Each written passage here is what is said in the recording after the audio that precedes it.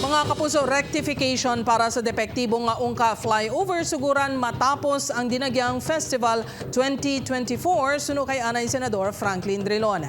Pagkayo sini ginalauman nga matapos sa Agosto sa madason nga tuig. Ini ang gintutukan ni John Sala.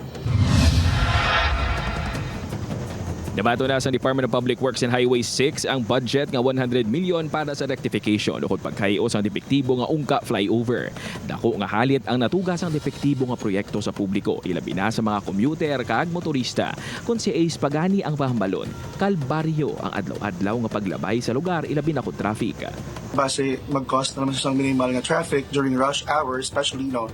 But let's just see the good side of it. Nga ang tinutuyo sang sini nga pagkayo is para man sa kamayuhan kag safety sang tanan. Sino kay anay Senador Franklin Drilon kag among nanguna sa pagpatigayon sang nasambit nga proyekto, suguran ang pagkayo sang proyekto sa Enero sa madason nga tuig. They are going to start construction upon my request after the Dinagyang para hindi masyado matraffic. Ginalauman nga magapugok ang trapiko sa mga holiday season kag sa palaabuton nga Dinagyang Festival 2024. Gani pananglitan nga magsugod man sang mas temprano ang jet grouting nga isa sa mga procedure sa rectification ginakonsiderar sang DPWH6 nga buksan sa gihapon ang flyover. We will consider mag-open sa babaw para at least ma-ease ang traffic, especially this Christmas holidays and also the incoming Dinagyang Festival.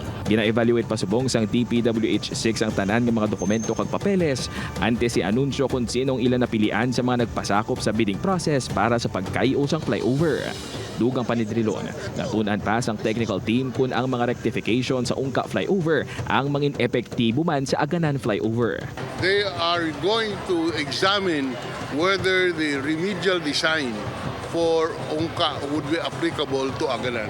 That is funded already because they stopped the construction in order to check on the design.